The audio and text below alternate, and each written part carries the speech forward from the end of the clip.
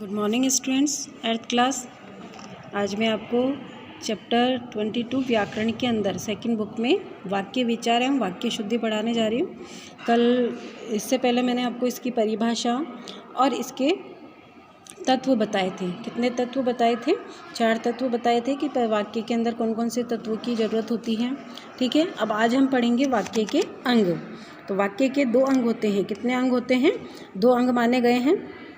कौन कौन से? उद्देश्य और विधेय। तो सबसे पहले हम उद्देश्य के बारे में पढ़ेंगे, जिसके संबंध में वाक्य में कुछ कहा जाता है। उद्देश्य क्या है? जिसके संबंध में वाक्य में कुछ कहा जाता है उसे उद्देश्य कहते हैं। अतः कर्ता ही वाक्य का उद्देश्य होता है। समझ में आया? वाक्य में क्या क्या होते हैं? एक तो कर्ता होता है, एक क्रिया होती है और एक कर्म होते हैं, है ना। तो वाक्य में जो कर्ता होता है वही क्या होता है? उद्देश्य होता है। तथा कर्ता का विशेषण भी उद्देश्य के अंतर्गत ही आता है। जैसे सफ़ेद गाय अपने बछड़े को दूध पिला रही है। समझ में आया ना। तब इसमें कर्ता क्या है? गाय है। तो अब इसमें विशेषण भी दिया हुआ, भाई गाय कैसी है? सफ़ेद है ना। तो सफ़ेद गाय पूरा आएगा इसमें। किस में आएगा? उद्देश्य के अंतर्गत। तो इस वाक्य में गाय और सफ़ेद उसका विशेषण है ना। गाय का विशेषण क्या है? सफ़ेद है। तो अतः सफ़ेद गाय उद्देश्य के अंतर्गत होगी। समझ में आ गया ना।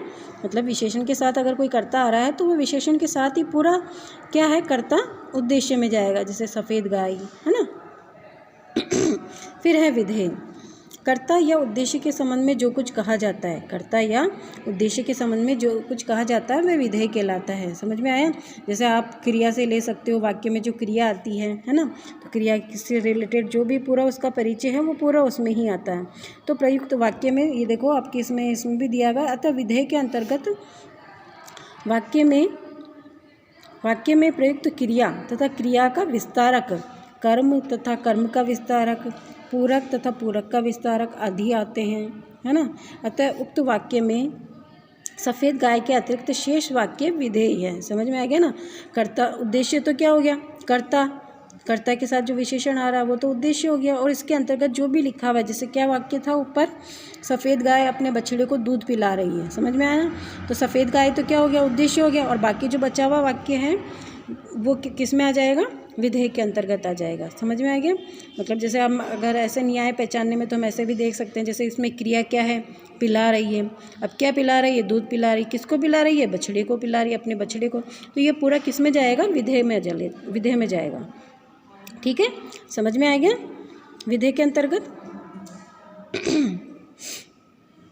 चलिए, अब वाक्यों को क्रिया, अर्थ और रचना के आधार पर भेद और इसके उपभेदों में बांटा गया। अब वाक्य को किस में बांटा गया है? क्रिया, अर्थ और रचना के आधार पर इसके भेदों और उपभेदों में बांटा गया है।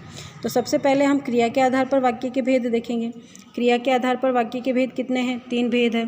कर्तृवाच्य, है ना, कर्तृवाच्य प्रधान और कर्मवाच्य प्रधान और भाववाच्य प्रधान। पहला है कर्तृवाच्य प्रधान।